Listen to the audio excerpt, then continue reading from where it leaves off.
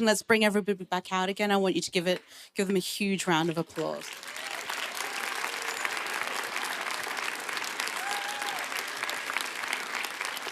We've learned so much tonight, right?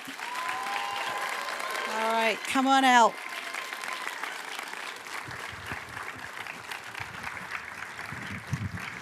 The class of 2025, right here.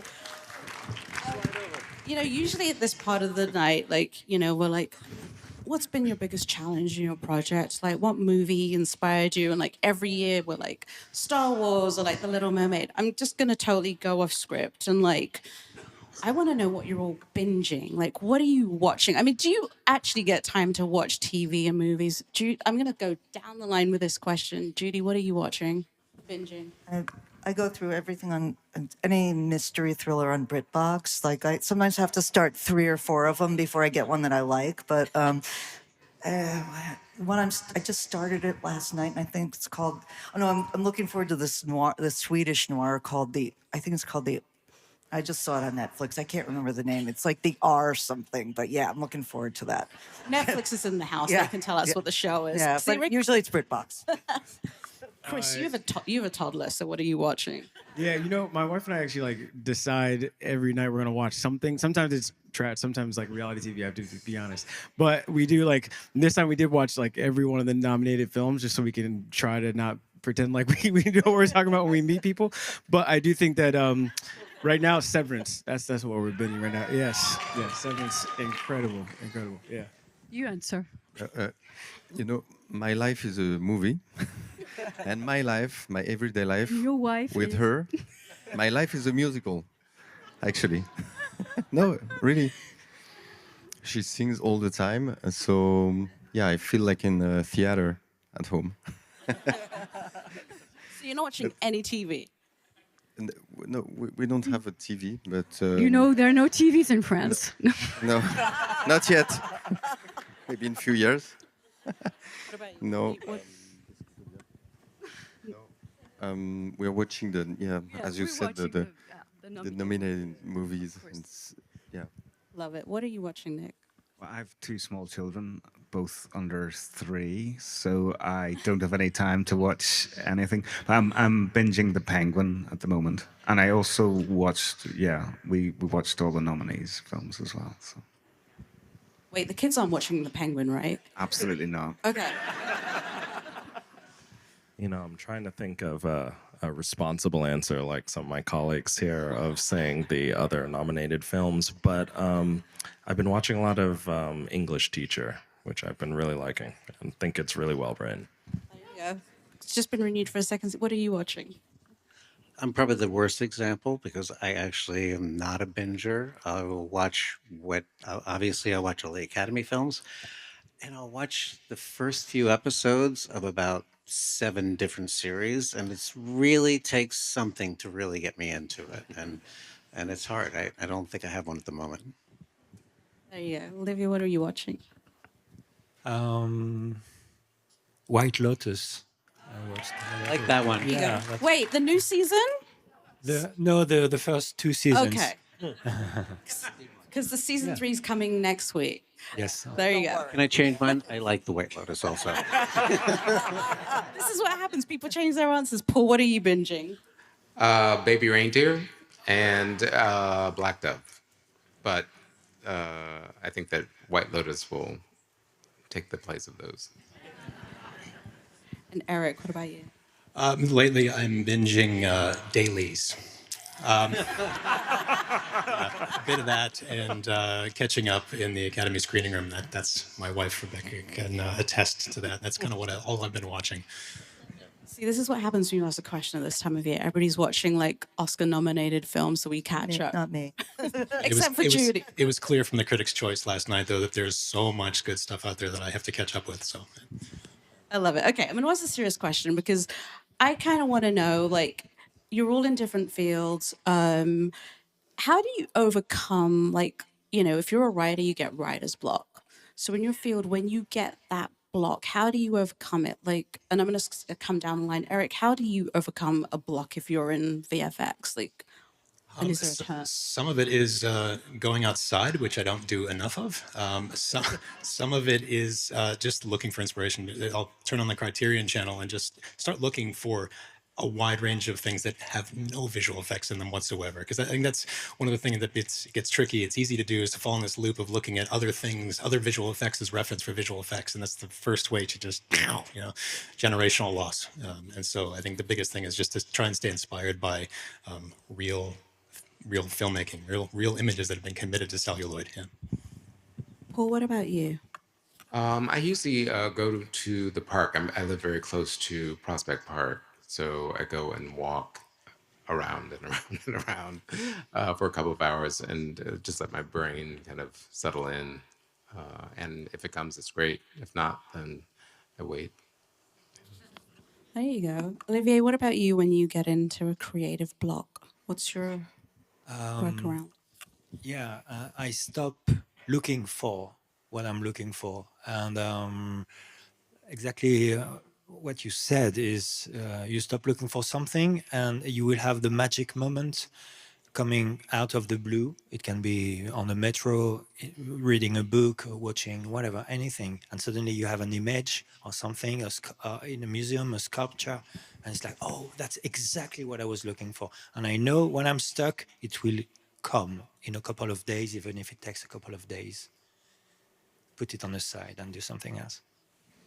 There you go. Todd? I don't want to copy off Paul, but I drive upstate a lot. I go back and forth between New York City and upstate New York.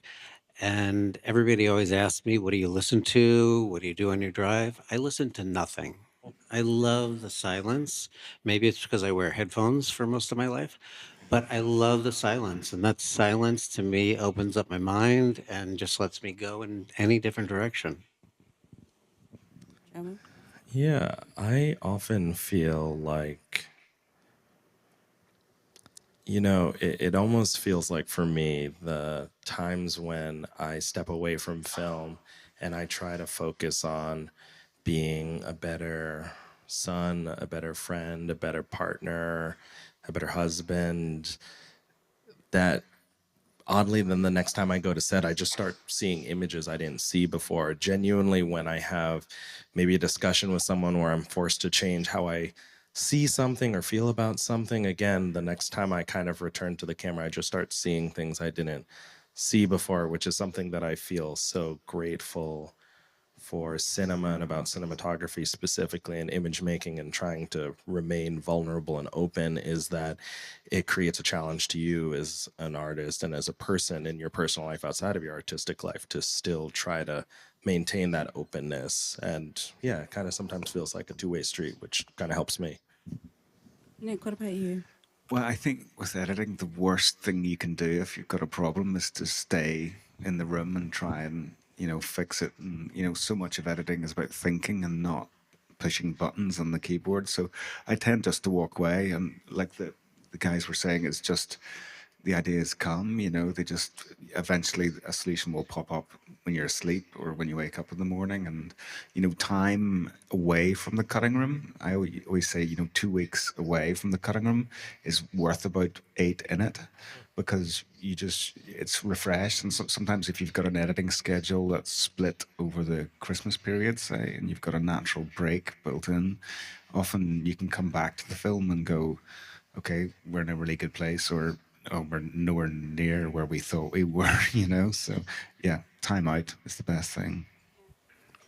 Kimmy, what about you? I'm a singer-songwriter, so when I work on fiction, like for Emilia Perez, the first thing I think is letting the story becoming part of my life completely, let it sink in, maybe become my obsession also.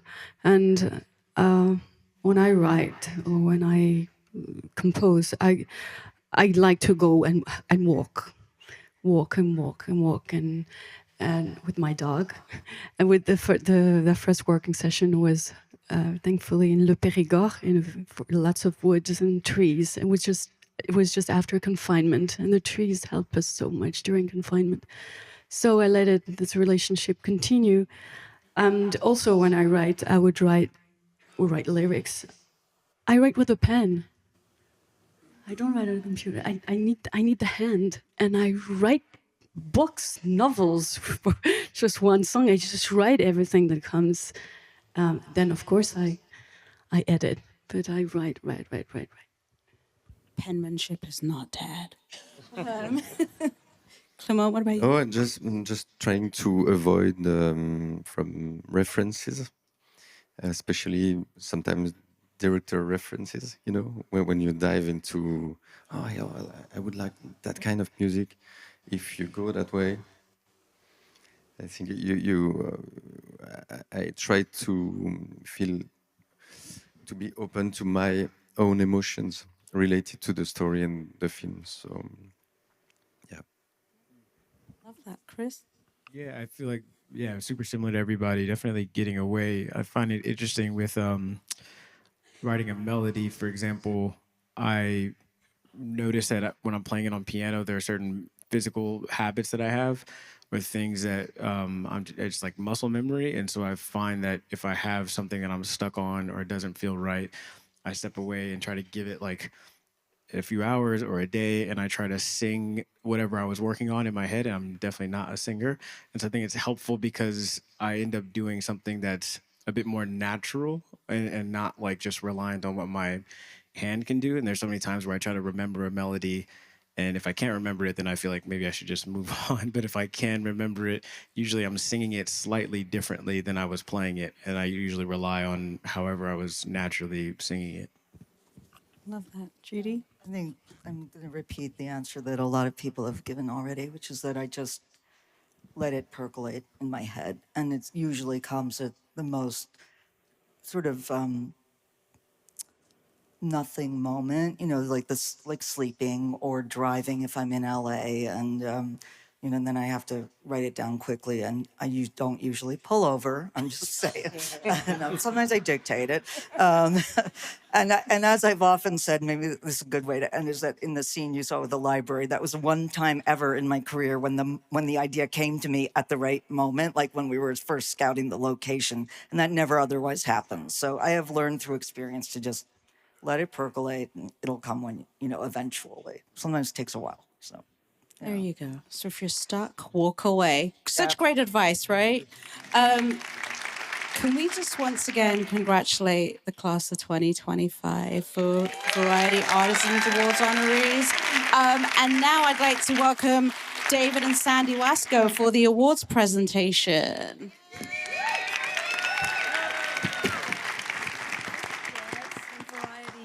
Thank you. As you said, Jazz, this has been a supreme treat. You are all amazing to listen to.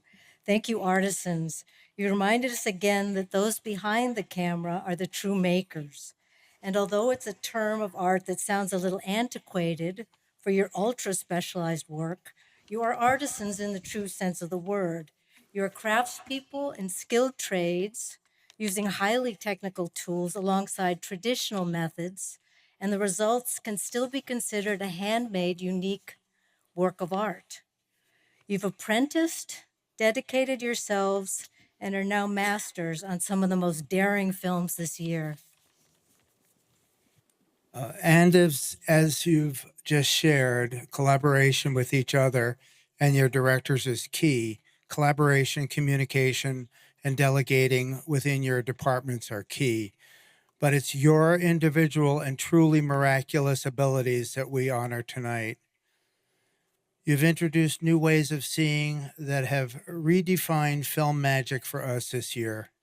And for that very accomplished work, we are pleased to represent the Santa Barbara International Film Festival in recognizing you all tonight with the Variety Artisans Award. Judy Becker for the Bauhaus sets of The Brutalist. Chris Bauer's score for The Wild Robots. Clement DeCal and Camille's musical manifesto, Amelia Perez. Nick Emerson's suspenseful editing of Conclave. Jomo Frey, the camera's most intimate eye, Nickel Boys. Todd Maitland, A Complete Unknown Sound. Pierre Oliver Persin, whose makeup made the beautiful Demi a true horror of horrors in the substance. Paul Taswell, Wicked's costume design wizard, and Eric Winquist, dazzling us with science in the kingdom of the Planet of the Apes. Congratulations. Congratulations to you all once again. Woo!